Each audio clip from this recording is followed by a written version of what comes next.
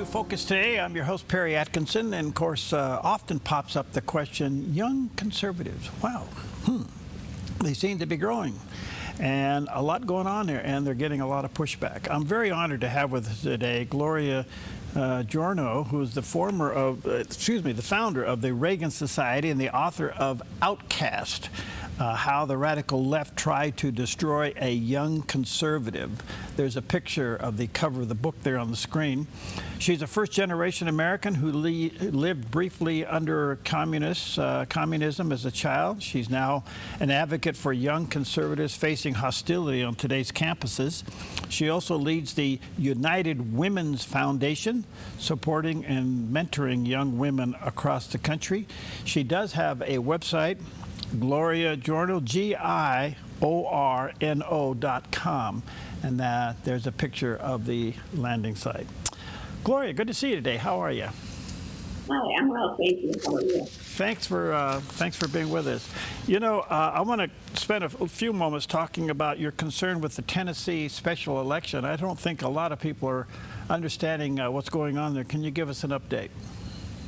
What's going on is we have a communist in Nashville running against a conservative Trump-endorsed veteran. And it is a special election. Congressman Mark Green retired, and we're looking to fill his seat. Okay. Why is this a critical race?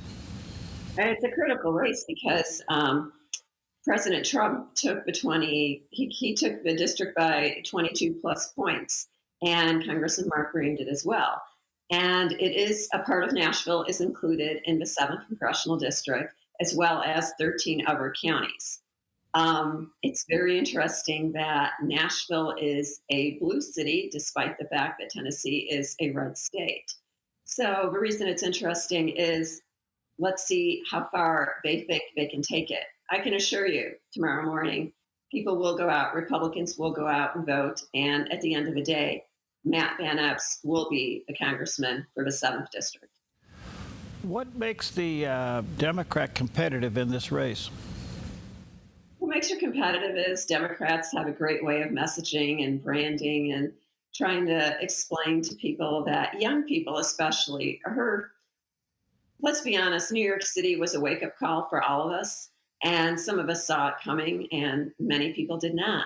But what makes her so relevant is that she does appeal to young people who voted for Mandami in New York.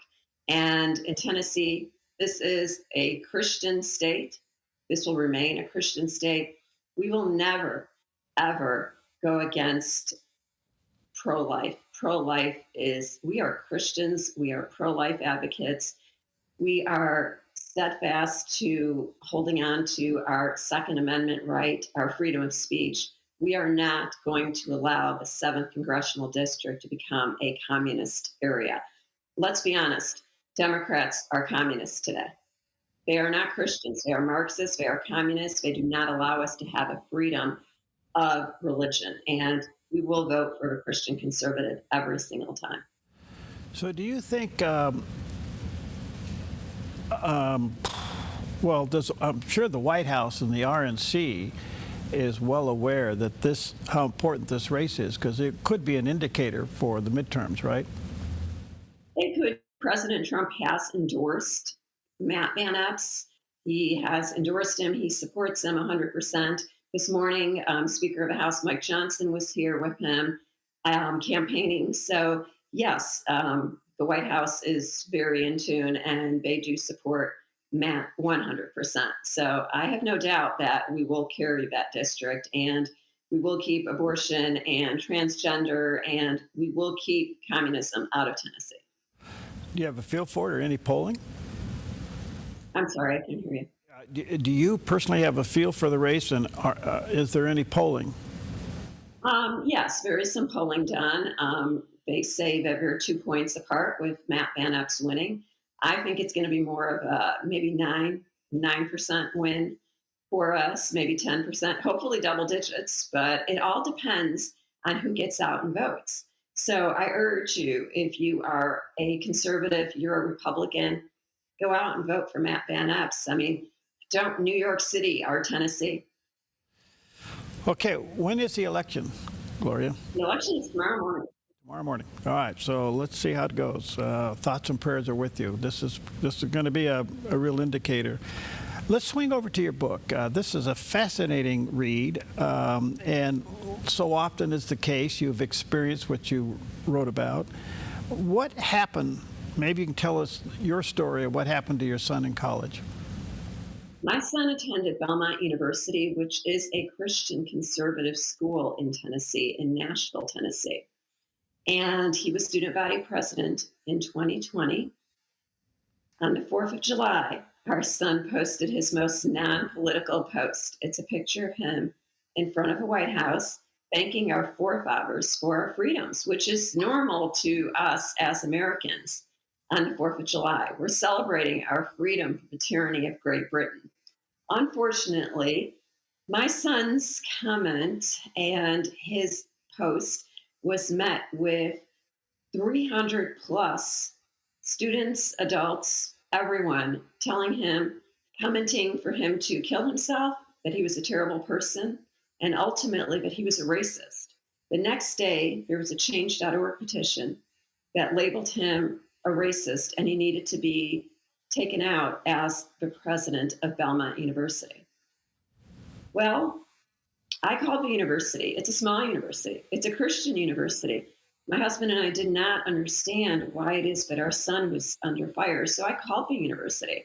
I asked to speak with the president. Belmont is a small school. I asked to speak with the president, and his assistant said she knew of some things going on about my son and that he would be calling me back.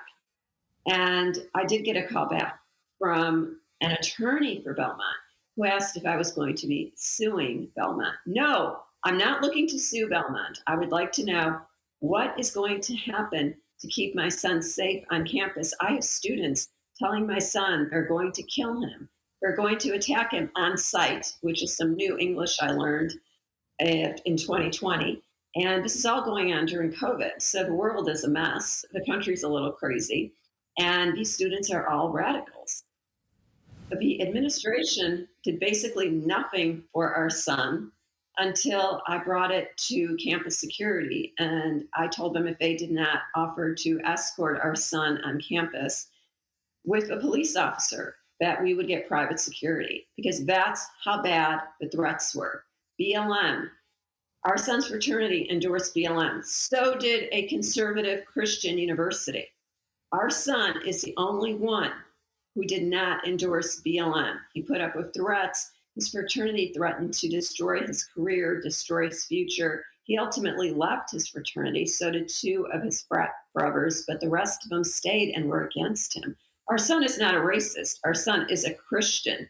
Our son will never, ever endorse an organization that is killing our police officers, that is advocating for dismantling society as we know it today and burning and looting businesses. What were we doing in 2020? COVID was a wake-up call, and 2020 is a wake-up call. Democrats are communists who do not believe in God. What they've done in this country, our school systems, Christian or not, have taken God out of our society and have opened our world up for the devil to take over. And we need to fight back. As a conservative Christian mom, I fight back on that. I am a Christian. I'm a proud Christian. And I feel that we need to bring God back into our school system. And at that point, will we only begin to flourish again. Wow. How does good institutions like this get polluted? Well, they get polluted because of their teachers. Their teachers are not teaching their respective subjects. What they're teaching is their home life. If you're a lesbian or if you're a gay man, that's fine. Do not bring that into a Christian university or any university. Your personal life is your personal life. Do not tell young people what they are supposed to be believing. Make sure you're teaching your subject, but we no longer have school systems that are looking in on who is teaching our children. And one day, when AI does take over our teachers, which is going to happen, AI is probably going to be the worst thing. It is the worst thing that is going to happen in our world. And we will no longer have teachers. We will have AI that will be run by the government, just like in a communist country. That's why it is so important that Christians wake up and stop being the silent majority, and Christians actually start vetting our teachers, start getting on school boards so that they can vet, get on the board of trustees at your universities, and also take your child out of that school. If they are not teaching your children Christianity the way it's supposed to be told, history the way that God intended our children to learn it, take them out of those schools. Because without tuition money, those schools cannot exist. Did you receive any consolation whatsoever from Belmont? No, well, I've never gotten an apology. No, Tennessee is a one-party consent state. So that's why I was able to record everything. For everything you will read in the book has documentation to support it. A one-party consent state means that I am able to do that.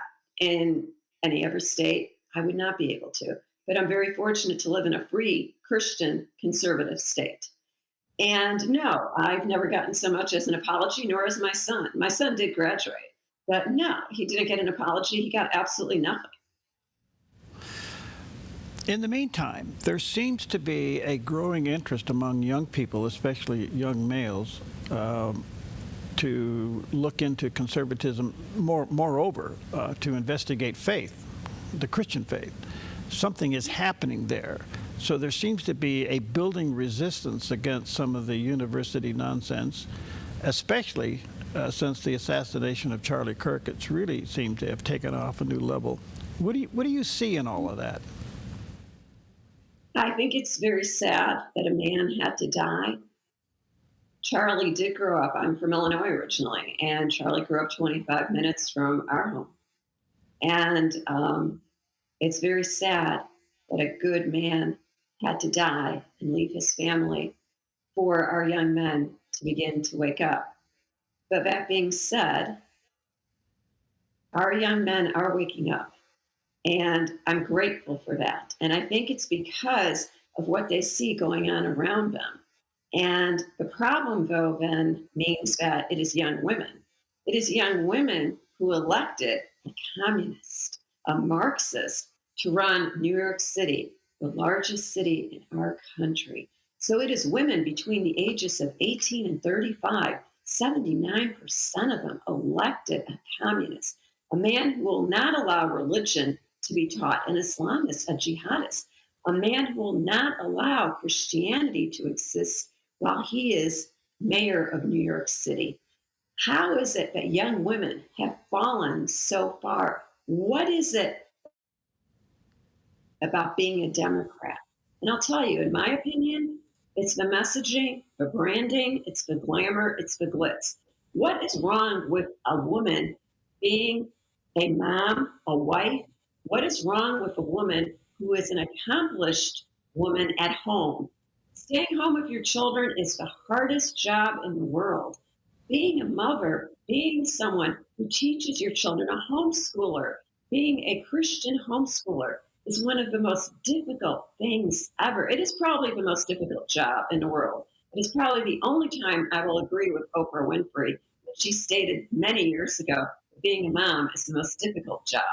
But unfortunately, the left is taking our young women because they are doing a great job of messaging and branding. And I do feel that as a woman, I speak out. And I no longer have the United Women Foundation, unfortunately, because it was a nonprofit and we were giving conservative young women scholarship money. And we were also having meetings. I started in 2020 during COVID on Zoom. We were having meetings. And I was mentoring young women on how to interview politicians and conservatives. But now I have something called the Reagan Society. So my way of trying to get young people, all people back to conservatism is with the Reagan Society, where we bring in conservative speakers and host panel discussions and conservative mixers so that conservatives can hear from people like Border Czar Tom Homan, who does talk about and did an amazing job bringing 350 people together at an affordable price. $25 if you're under the age of 40, and if you're over the age of 40, it's $50. So that is my way now of bringing together conservatives and Republicans, especially women, who need to understand that we have to raise our families. We can no longer allow our children to be raised by school systems. We need to take a more active role in raising our children in this country. Wow, good stuff. Let me take a quick break. Let me say to our viewers and listeners, check out Gloria's book, Outcast, How the Radical Left Tried to Destroy a Young Conservative. There's a picture of the cover of the book on the screen. It's the story of her own son in a university. By the way, Gloria, where can they get the book? The book is available at outcastbook.com. I am labeled a radical because I am a conservative Christian. And I am labeled a radical at bookstores and whatnot. So you have to go to outcastbook.com. And this is the second edition of my book, just came out. And so this is the second edition. And I don't know, there we go. And yes, my son and I we were very blessed to be able to have a meeting with President Trump at the golf club in West Palm Beach, where he encouraged me to speak, and he encouraged my son to speak. And the last words President Trump said to my son was, he said, tomorrow it'll be me again, and then one day it's going to be you. Then he was 23 years old, to give a 23-year-old such hope. And yes, our son is a conservative, and he is a Christian, and he is in politics. And to give someone that kind of hope is only something that a great man sent to us by God, such as President Trump, could possibly do. And we have to keep President Trump in our prayers, Border Czar Tom Homan, everyone who is trying to save this country. We have to pray for these people, because we don't want what happened to Charlie to happen to anybody else. Okay. No one. Let me take a quick book. Check it out, outcastbooks.com. We'll take a quick break. We'll be right back.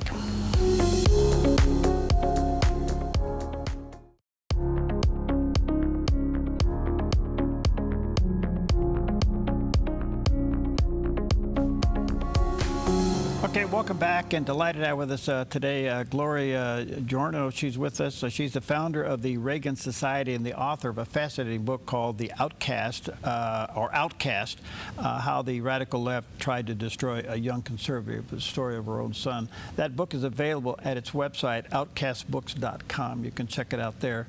Gloria, I only have a few moments left, and I want to come back to something you mentioned, because I just want to get it a little bit more clear. I know that you are working hard dealing with young women. You have the United Women's Foundation supporting and mentoring young women. Explain to me again why this 18 to 35-year-old demographic, the boys seem to be going right and the girls seem to be going left. What's happening there? I think the Democrats are doing a great job of messaging, branding, glamorizing, and making being a Democrat sexy. And we, in turn, are not doing our job as Republican women in getting the true message out of what it is that is most important in life, which is faith, family, freedom. We need to bring God back to these women. We need to do a better job of relaying what it is that Christianity, being a mom, being a wife, being a good person really is. And we need to get some women who are Republicans, who are conservatives, to get on TikTok, to get on social media, and start talking about how it is that women can understand to be a Christian mom, a Christian wife, someone who will bring God back into their lives. I do think that communism takes religion out, breaks up the nuclear family. We, as conservatives, need to bring that back. We need to bring that messaging back. Let's be conservatives. It's cool to be a conservative because you have a family. You have people who care about you. And at the end of the day, God and family are what's most important in our lives. Why was Charlie Kirk so attractive And why, post his assassination, has it exploded in popularity?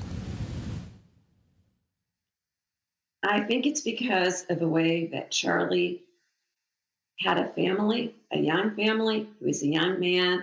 I saw him grow up in Illinois. He was a young man who believed in God. He was a young man chosen by God to have a family and to bring his wife into this arena from big business into sharing the word of being a faithful wife and mother. And I think that is the impact and the legacy that Charlie will leave with us. That it's a great thing to be a Christian. It's a great thing to have a family. It's a great thing to go to church with your family. It's a wonderful thing to share God's word and the Bible with your children. And I think that's why it's having an impact. And it took a great man to die to deliver that message. But he is with our Lord now. I have no doubt that he is with our Lord looking down upon us.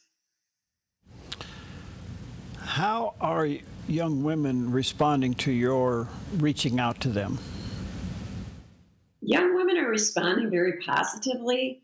But then again, I speak to women who are mostly conservative already. They may not be as conservative as I am, but they are receiving the message. A very intelligent man named Herman Cain and I had a phone conversation about 9 months before his death. And he told me that I should speak to everyone, but not waste my time with those who do not have any interest in receiving the message. And what I should do is share the message with those who want to receive the message and those who will accept it and carry it forth and also share it. So that is what I spend my time doing. I speak throughout the country. I get calls from everywhere. And I do try to help people whose families have been torn apart because, let's be honest, our political climate has torn families apart, including my own. And so I do try to reach out to those parents, aunts, uncles, grandparents. They call me, I reach out to them, and I do try to help them to understand how to bridge that gap and how to bring families together. And so I think that the greatest message that we as conservative women can bring is to share our experiences. I find that personal life experiences speak volumes. And we need to get that on social media. We need to get on TikTok. I'm not on TikTok as much as I hate social media. Unfortunately, it is the only way for us to reach these young women who we have lost. And I think that there is hope for them because there are a lot of young men who are good men who do want to get married and do want to have good, solid Christian marriages and families. Thank you for your time. Let me say to our viewers and listeners, check out the book called Outcast, How the Radical Left Tried to Destroy a Young Conservative. You can get that at outcastbooks.com. And check out Gloria's website, Gloria Giorno, GIORNO.com. And there's the picture of a landing page. Thank you, Gloria, for your time. Stay in the fight. Blessings on you. Thank you so much.